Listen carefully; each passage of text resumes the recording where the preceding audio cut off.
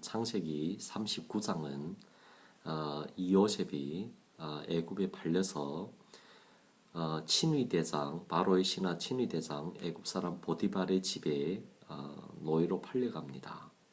2절에 보면 여호와께서 요셉과 함께 하심으로 그가 형통한 자가 되어 그의 주인 애굽 사람의 집에 있으니 그의 주인이 여호와께서 그와 함께 하심을 보며 또 여호와께서 그의 범사에 형통하게 하심을 보았더라. 요셉이 그의 주인에게 은혜를 입어 섬김에 그가 요셉을 가정 총무로 삼고 자기의 소유를 다 그의 손에 위탁하니 그가 요셉에게 자기의 집과 그의 모든 소유물을 주관하게 한 때부터 여호와께서 요셉을 위하여 그 애굽 사람의 집에 복을 내리심으로 여호와의 복이 그의 집과 밭에 있는 모든 소유에 미친지라.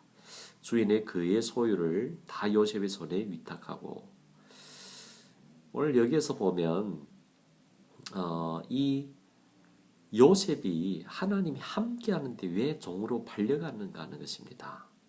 하나님이 함께 하시면 우리가 기대하는 바는 오히려 요셉이 하나님이 함께 하셔서 다시 집으로 돌아가서 그 자기들을 판 형들을 다시 죄로 다스리고 집에서 내쫓고 오히려 요셉이 다시 원위치로 돌아가야 맞죠.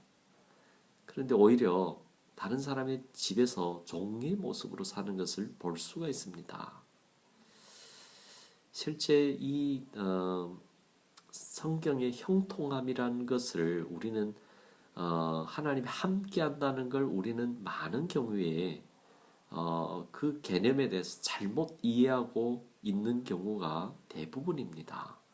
우리는 우리가 소원하는 것들, 우리가 원하는 것이 이루어져야 그것이 형통하다고 생각하는데 성경은 전혀 그렇지 않습니다.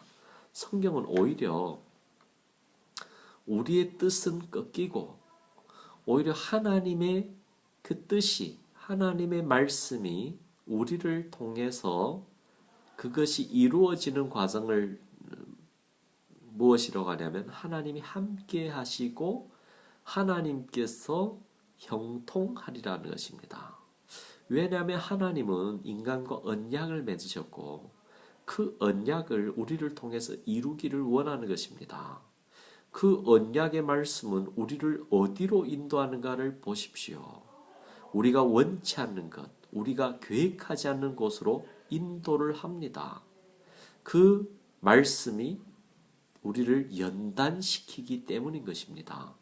그런데 여기에서 지금 일을 너무 잘하니까 지금 모든 걸 주관하는 총무가 됐습니다. 그러면 여기서 또 문제가 생기죠. 바로 보디발의 아내가 너무 이쁜데 매일 요셉을 꼬셔가지고 동침하려고 하는 것입니다. 그래서 요셉이 당신의 주인이 모든 것을 나한테 맡겼지만 당신만은 허락지 않았다고 합니다. 그래서 내가 어찌 이런 일을 해서 하나님께 범죄하리라고 신앙 고백을 합니다. 그래서 어느 날 아무 사람도 없는 때에 지금 이 여인이 이 요셉을 끌어안으므로 요셉이 이 위에 외투를 벗어놓고 도망을 칩니다. 그러자 이 여인이 소리 질러 가지고 이 히브리 종이 나를 희롱했다는 것입니다. 즉 강간하려고 했다는 것입니다. 그 주인이 그 아내의 말을 듣고 심히 노하여 요셉을 그 왕의 그 정치범들이 그 머무는 감옥에 쳐넣습니다. 이 감옥에 들어가면 왕의 바로의 허락이 없이는 절대로 여기에서 나올 수가 없습니다. 그런데 21절 보면 여호와께서 요셉과 함께 하시고 그에게 인자를 더하사 간수장의 은혜를 받게 하시고 간수장이 옥종 죄수를 다 요셉의 손에 맡김으로 그 재반 사물을 요셉이 처리하고 간수장은 그의 손에 맡긴 것은 무엇이든지 살펴보지 아니하였으니 이는 여호와께서 요셉과 함께 하심이라. 여호와께서 그를 범사에 형통하게 하셨더라. 여러분 여기 이해됩니까? 하나님 함께 하시면 보디발에게 환상을 보여주던가 그 진실을 알게 해서 그 아내의 음행한 사건이 드러나야 되는데 오히려 요셉은 정절을 하나님 말씀을 지킴으로 말미암아 거룩을 지킴으로 말미암아 이제는 왕의 허락이 없으면 절대로 빠져나오지 못하는 그 감옥에 들어가는 것을 볼 수 있습니다. 근데 또 더 이상하게는 감옥에 들어간 소망이 끊어진 자에게 하나님께서 함께 하신다고 하고 있습니다. 우리는 여기서 많은 경우에 요셉은 정말로 신앙의 사람이다, 이 모든 걸 넉넉히 이겼을 거라고 생각하는데 시편에 보면요, 전혀 그렇게 기록되어 있지 않습니다. 시편에서는 그 족쇄가 영혼을 꿰뚫었다고 합니다. 즉 혼비백산했다고 합니다. 요셉도 왜 나한테 이런 일이 일어났는지를 전혀 받아들이지도 못하고 이해하지 못했다고 성경은 기록하고 있습니다. 오늘 우리가 사는 인생도 마찬가지입니다.